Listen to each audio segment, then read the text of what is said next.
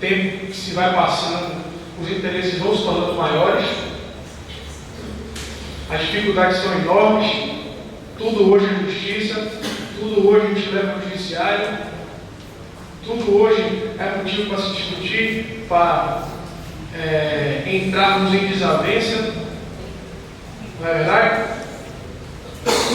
E com esta evolução, a arbitragem passou a ser obrigatória. Aquela terceira pessoa que decidia a causa deixou de ser um membro facultativo para passar a ser um membro obrigatório. Então, todo conflito naquela época se passou a ser decidido por uma pessoa certa. E todo conflito tinha que se passar pela pessoa que fosse decidir os interesses das duas pessoas que estavam em desavença.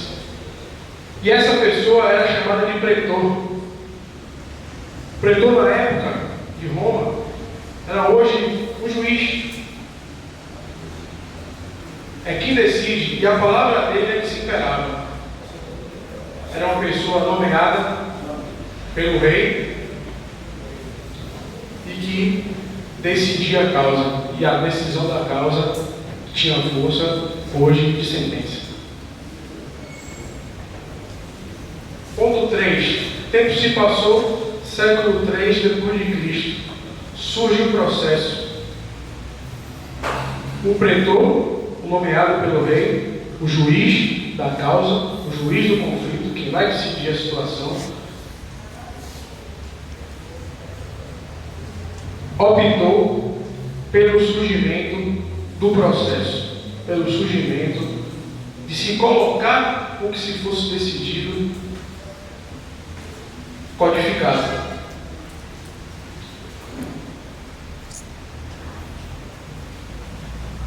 Na busca da pacificação social. Aí vamos fazer referência, vamos fazer uma troca de tempos com a situação de hoje. O que é que significa o processo hoje? O que é o processo hoje? Duas pessoas estão em litígio, estão em conflito e procuram a justiça. Da justiça, vamos trazer os juizados especiais, que resolvem as coisas por pequenas causas. Elas se dirigem ao juizado, relatam o fato,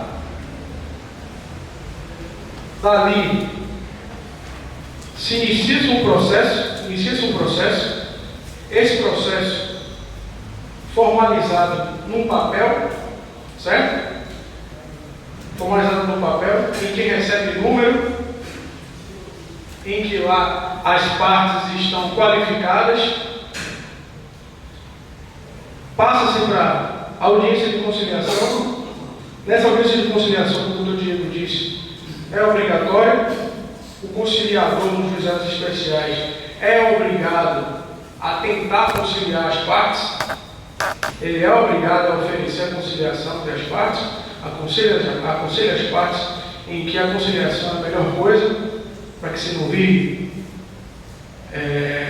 um processo em que o juiz tem que decidir, em que o juiz tem que instruir, em que tem que ouvir partes, em que tem que ouvir testemunhas, em que as partes devem apresentar defesa, acusação dos juizados especiais criminais, certo? Isso é o processo, é a burocracia. E a burocracia já vem desde o século III depois de Cristo. Lógico que na busca da pacificação social, porque todo processo, o fim, é a pacificação social. Bom, passada essa fase histórica, passemos aos princípios. Os princípios da 9.307 de 96, que é a Lei Marco Maciel, conhecida como a Lei Marco Maciel. Essa é a lei de arbitragem, que vocês podem encontrar no site do Planalto. Esses princípios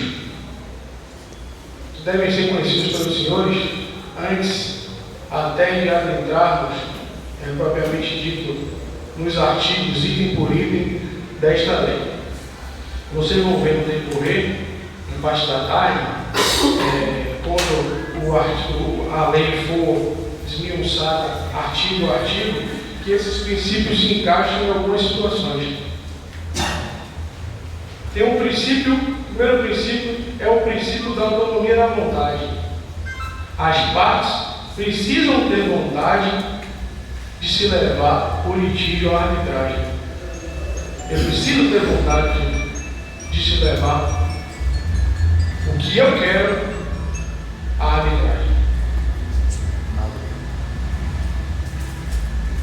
E aí lá na lei vocês vão encontrar esse princípio atrelado à causa compromissória. Depois vocês vão ver o que é causa compromissória, que é a autonomia da vontade. Eu só levo à arbitragem o meu litígio, a minha briga, se eu quiser.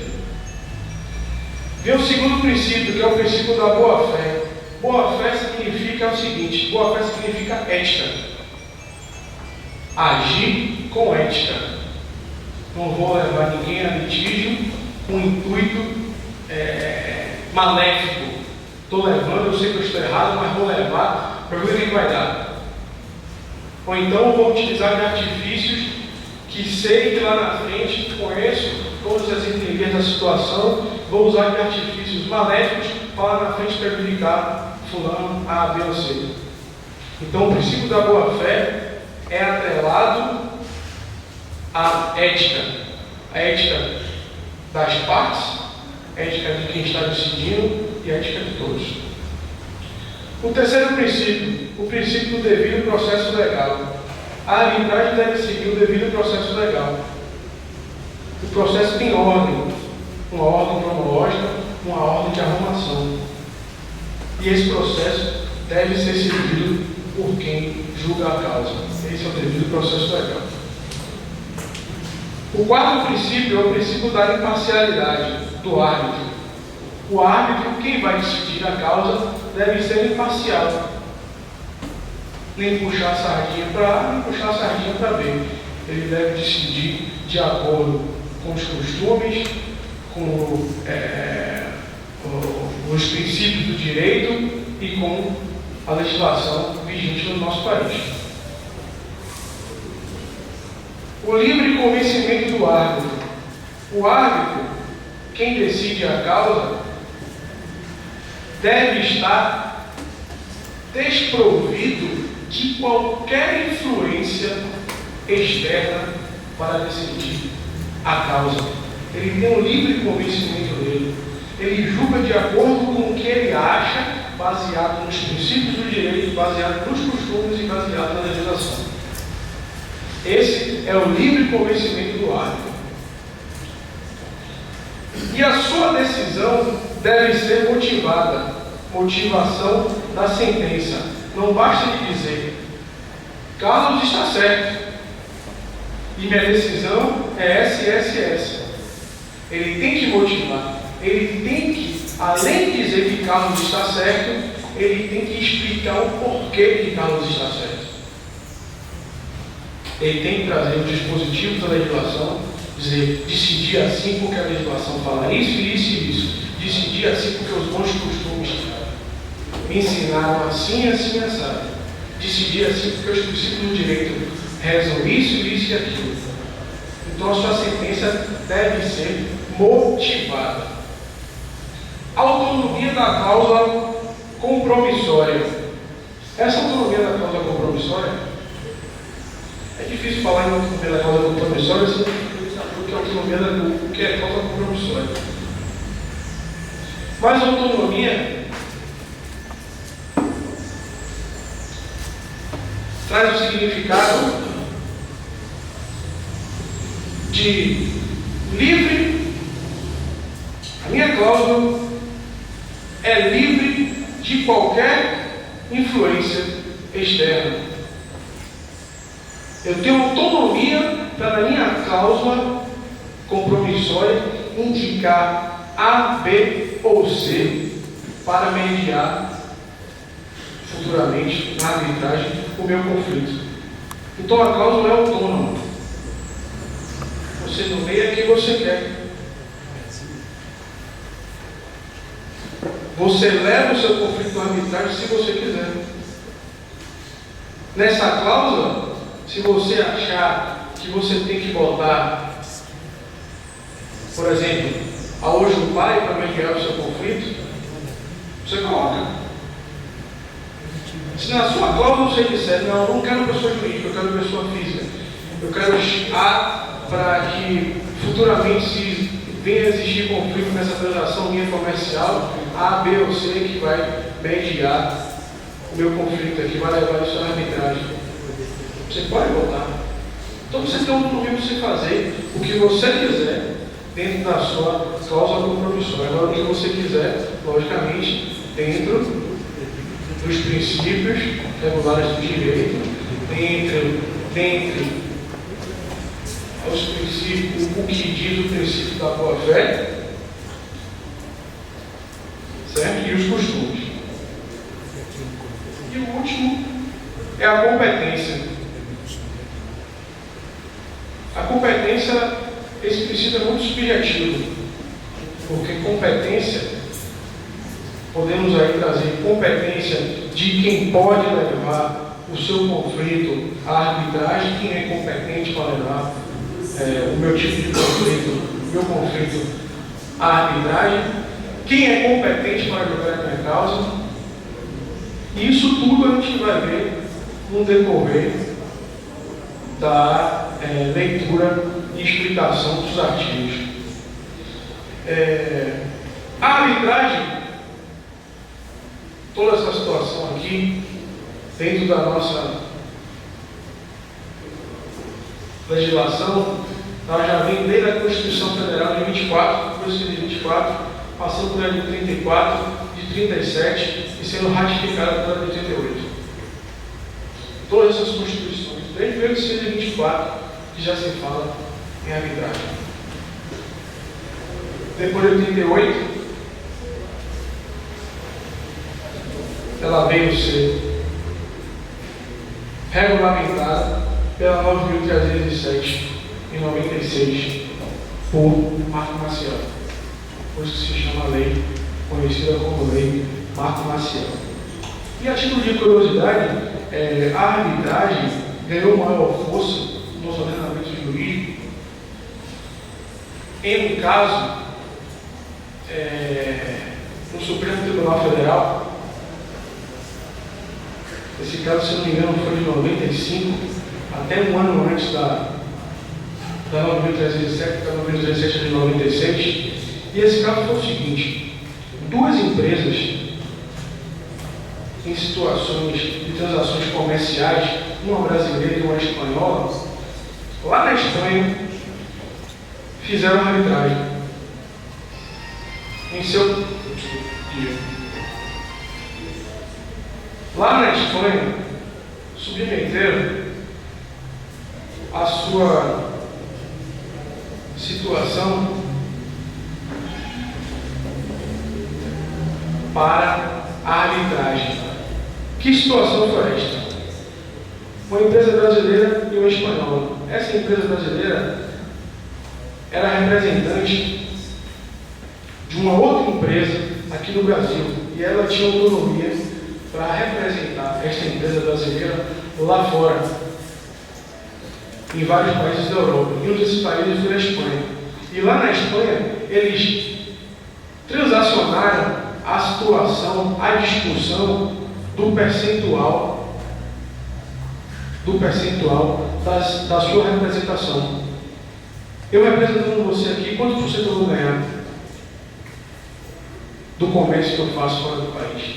Então isso foi decidido, isso foi estabelecido num tribunal arbitral da Espanha. E eles decidiram o percentual, decidiram toda a cláusula, todo o contrato foi redigido, foi feito, foi imperado lá nesse tribunal arbitral na Espanha. E isso tinha que ser reconhecido e regulamentado aqui no Brasil.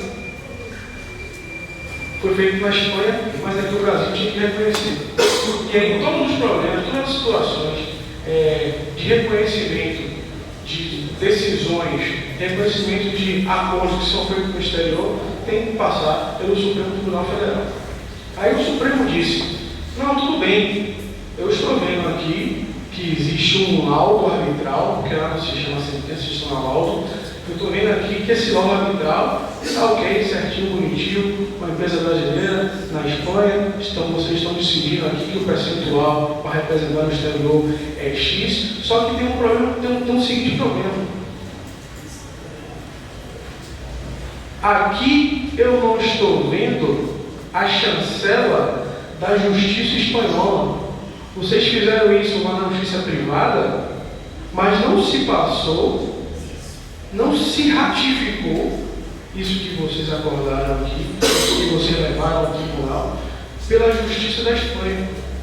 Porque no Brasil, antes de 96, se exigia que toda sentença, que todo laudo arbitral, a justiça teria que ratificar o que vocês decidiram. Aí vejam bem, o processo foi de 95. Aí entrando naquela questão da morosidade da justiça. O processo foi de 95, quando o Supremo pegou o processo, a 9.307 já se imperava.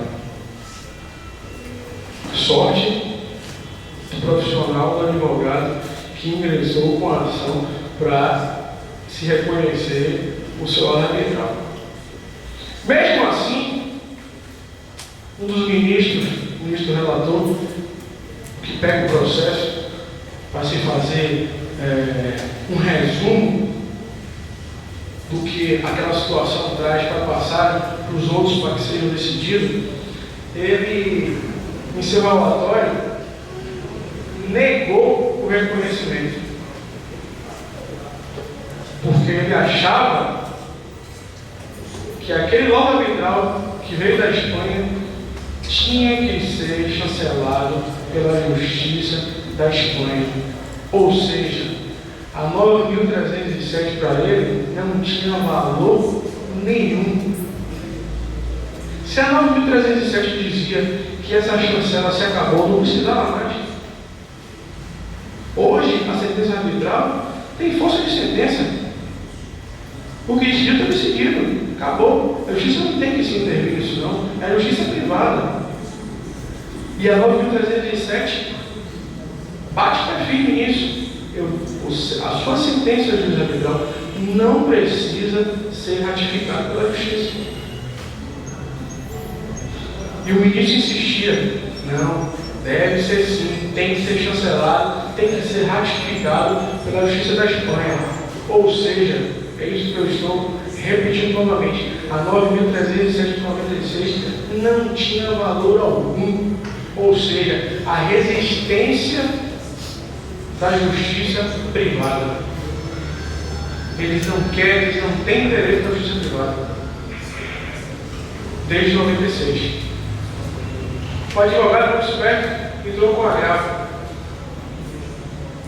Um agravo é um recurso em decisões em que o processo ainda corre e o juiz dá uma decisão incidental, dá uma decisão no meio do processo, por motivos ou objetivos do lado deles, porque é difícil a gente falar, os colegas ali sabem que é difícil a gente transmitir, tentar explicar o que é um agravo, o que é agravo regimental, o que não é, transmitir com a linguagem simplificada, porque a linguagem é técnica, eu sei que vocês está confuso na cabeça, mas é porque é difícil mesmo. Aí o que acontece? Resumindo, o advogado entrou com recurso. Nesse recurso, ele sustentou novamente que a 9.307 tinha validade no país e que não precisava ser ratificado pela Justiça da Espanha. Se no Brasil a legislação já nova diz que não permitia ou que não era necessário, por que tinha que ser chancelado pela Justiça da Espanha? Traga para cá, meu filho, você conhece a lei é essa aqui, não precisa. E aí sim, então o ministro reconheceu,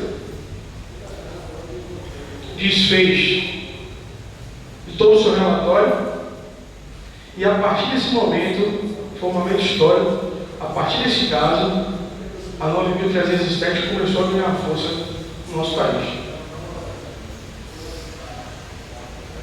Quer dizer, precisou-se de um fato concreto, de uma situação concreta, para que uma legislação aprovada por toda aquela burocracia do Congresso Nacional fosse reconhecida. A partir desse momento,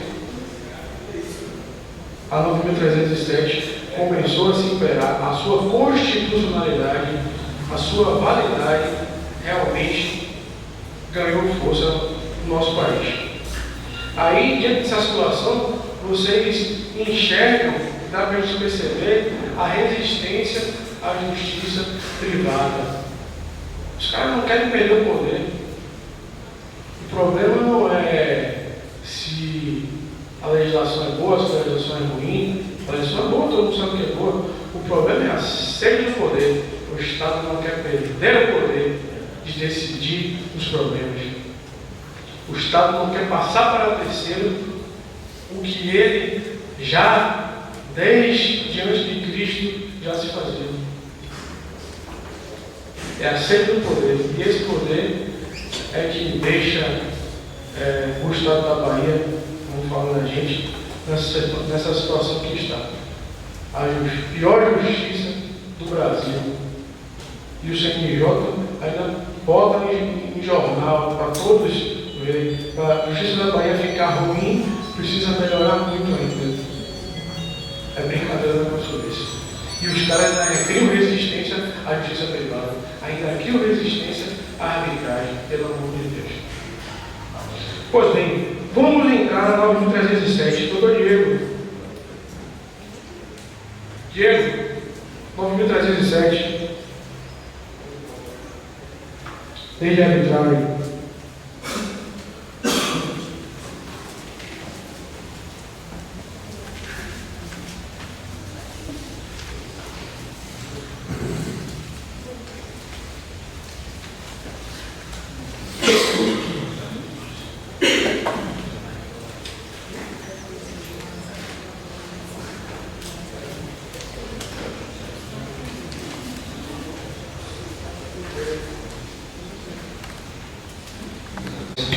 Vamos começar agora então o estudo da lei de